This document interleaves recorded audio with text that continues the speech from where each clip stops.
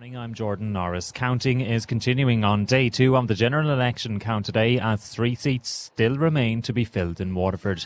Proceedings were called at around 11:30 last night after the 5th count had finished. Sinn Féin TD David Cullinane was re-elected for a third term, having exceeded the quota of 10,731 on the first count.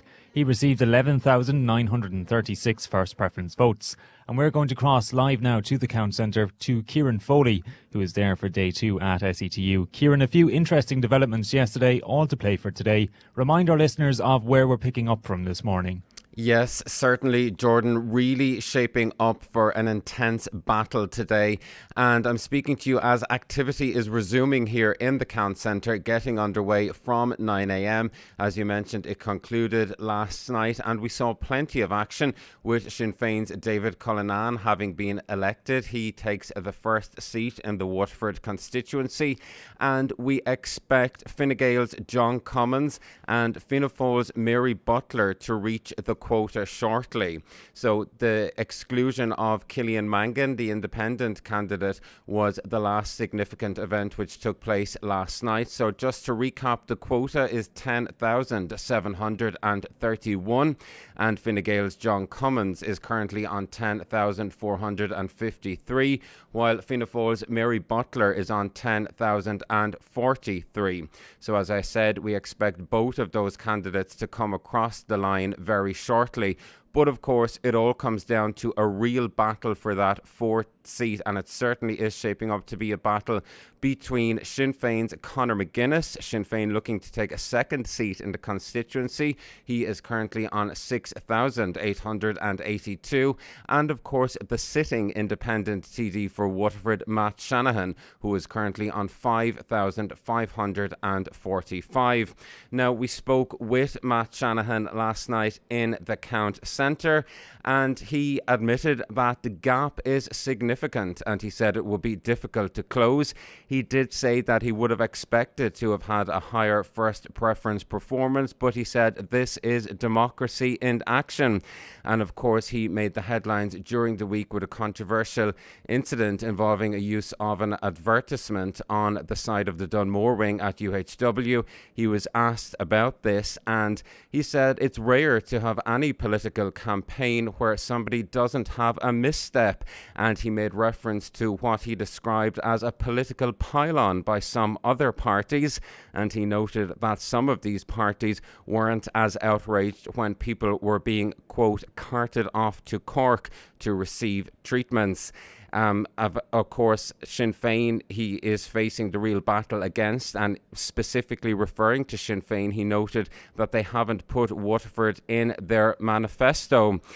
The momentum certainly seems to be with Sinn Féin, Jordan, but of course it certainly is all to play for. There can be many developments, but as I said, we expect to see John Cummins and Mary Butler across the line shortly, and then all of the focus will come down to that fourth seat. Thanks very much, Kieran. As you mentioned, count number 6 will see Mangan's 798 votes redistributed. Fine Gael's John Cummins is 272 off the quota, while Fianna Fáil's Mary Butler is 692 off. And as Kieran said there, all eyes will be on the battle for the fourth seat between Sinn Féin's Conor McGuinness and independent Matt Shanahan. McGuinness currently leads that battle by 1,300 votes. And you can join us for a live Daisha Today special on WLR this morning from 10 to 12 p.m. Election counting is resuming over the next few hours in constituencies across the country, and almost a quarter of seats in the next stall were filled overnight. Sean Defoe reports. We have first counts in 41 of the 43 constituencies, with Kildare North and Cavan Monaghan the only two not to report in yet. 6 constituencies have totally finished counting. Most of those are 3-seaters and 1 4-seater in Dunleary. 41 of the 174 seats in the Dáil have been filled, and so far there's 11 for Fianna Fáil, 11 for Fine Gael and 8 for Sinn Féin, with 5 independents and a smattering of seats for the smaller parties. Counts will start resuming from 9 and 10 a.m. with the hopes that most of the Dáil seats can be filled today. Outgoing Taoiseach Simon Harris is optimistic that Fine Gael will do better than the opinion polls and the exit polls suggested. There's been lots of predictions made throughout this election campaign. The people have now spoken, and as Bill Clinton, I think, once famously said, we now just have to work out what they've said. There is a long way to go in this. Meanwhile, Fianna Fáil Finance Minister Jack Chambers believes it is possible for his party to gain ground. It's too close to call in many areas, but there's, I think it's very clear to say that Fianna Fáil will be making gains. I think we'll exceed 40 seats at least, and there's opportunities for other gains over the next 24 to 48 hours. Waterford Sport. With Otto Boland's Jeep. Test drive the new Jeep Avenger. Built for the real world. Beginning with Gaelic games this morning, where Ballygunner bid to become the first ever club to win 4 consecutive Munster Senior Club Hurling Championships this afternoon. They take on Sarsfields of Cork in the final at Semple Stadium, having won their last 11 provincial outings. The Gunners are overwhelming favourites in the minds of many, but manager Dara O'Sullivan says they're facing a huge challenge. Listen, we've played Sarsfields, I'd say, every year bar this year in challenge games and in Munster. Obviously we played a Munster Club game last year, but the challenge games we would have played against them, we would have got lessons in some of those games, to be honest with you. So we understand the challenge that we're coming up against on Sunday. I think all the games we played against Sarsfields over the last 5-6 years, the only outlier in that was probably the Munster Club game last year. Every other game we played against them, there wasn't a whole lot between two teams. And WLR will bring you the game live today thanks to George Corbett Skoda. Throw-in is at 3:15pm. While in soccer, Liverpool have a chance to open an 11-point advantage over defending champions Manchester City when the sides meet at Anfield in the Premier League this afternoon. City's slump in form continued when they threw away a 3-goal lead against Feyenoord in the Champions League midweek. Pep Guardiola's side haven't won in 6 matches. Liverpool boss Arne Slot insists they won't be underestimating their opponents. They are still a very, very, very good team. And one of the reasons why I think Pep Guardiola is the best manager in the world, or one of the best managers in the world, I think the best though, is that he always comes up with solutions for his problems. Manchester United manager Ruben Amorim will be hoping to make it back-to-back home wins when his team welcome Everton to Old Trafford. Aston Villa are winless in 7 ahead of their clash with Chelsea at Stamford Bridge, while Tottenham host Fulham in a London derby. Locally, 2 Waterford teams are in FAI Junior Cup action this afternoon. Villa are on the road to Tala to take on Newtown Rangers, while Carrick United play host to Clane. Both of those games kick off at 2 o'clock. In athletics, the All-Ireland Juvenile and Novice Cross Country Championships take place at Tramore Racecourse this afternoon. Athletes from Waterford and all 32 counties in Ireland are taking part, with 12 national titles on offer.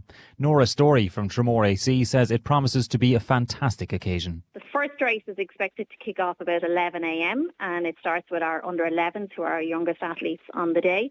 And it goes right through to under 19s and our novice, and the last race is expected off shortly after 3 p.m. on the day. So a busy day of racing. There'll be 12 races in total. And in horse racing, 2 leading Cheltenham Festival fancies will lock horns in the Grade 1 Racing Hatton's Grace Hurdle on the today's second day of the Fairyhouse Winter Festival. Willie Mullins champion hurdle favourite Lossiemouth takes on the leading contender for the Stayers Hurdle, Tiapu, trained by Gordon Elliott, and a field of 6 will line out for the Drinmore Novice Chase with Elliott's Firefox and the Henry de Bromhead trained Heartwood, the 2 leading contenders.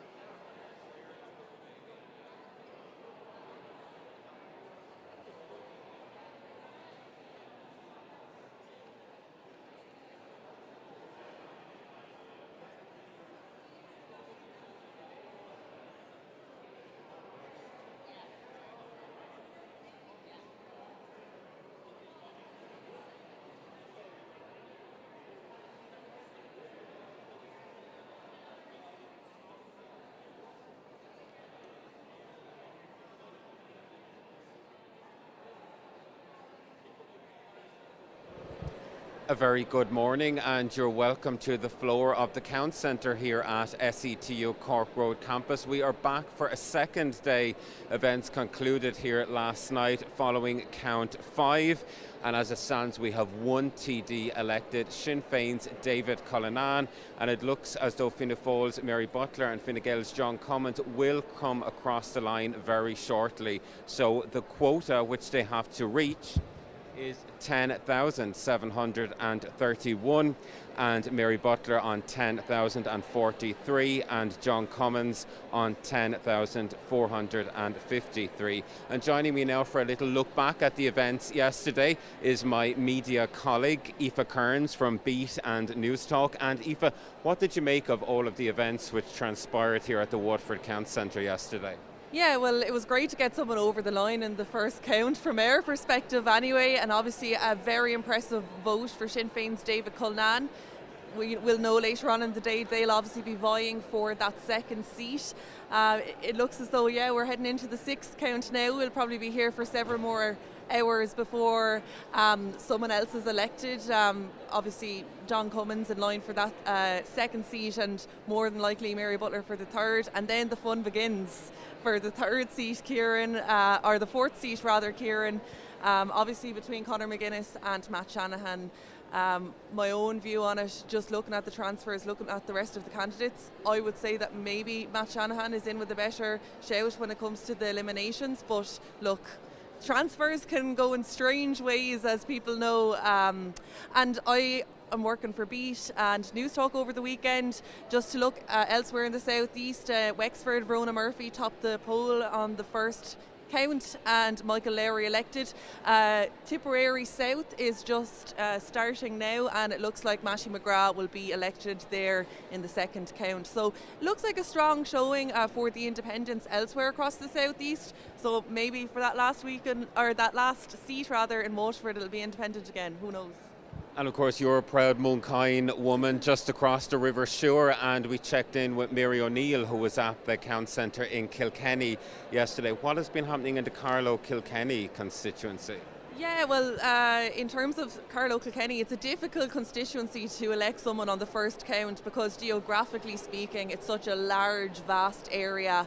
Ahead of the Carlow-Kilkenny count, it was flouted that Fianna Fáil will get 3 seats, and that would have been traditionally the way in Carlow-Kilkenny. Obviously in 2020 Bobby Elward lost out there, and it's Peter Chapclear that is vying for that third seat, Fianna Fáil seat. Looks like a Sinn Féin seat as well in Carlow-Kilkenny, even though the two Sinn Féin candidates aren't currently elected to the council and ran in the local elections. Probably of the two, it looks like maybe Anya Gladney Knox might get that one. And then, Fine Gael will obviously be looking for a seat, but it's very slow in Carlow-Kilkenny. As I said, huge geographical area. You have, it's really pockets when it comes to Carlow-Kilkenny, and even in terms of a tally, it's very difficult to get a kind of a good picture. So it'll be exciting there, no doubt. And looking then just overall at the national picture, Aoife, I suppose, what are the standout features for you? Because there were a couple of headlines yesterday. We had the likes of Jerry Hutch, we had the uncertainty about Stephen Donnelly. What were the takeaway points for you? Yeah, I'm after hearing a few people describe this election, in some ways as a little bit anticlimactic. And I was just listening to my colleagues in News Talk this morning that were saying that tends to be the feeling on the ground amongst the public.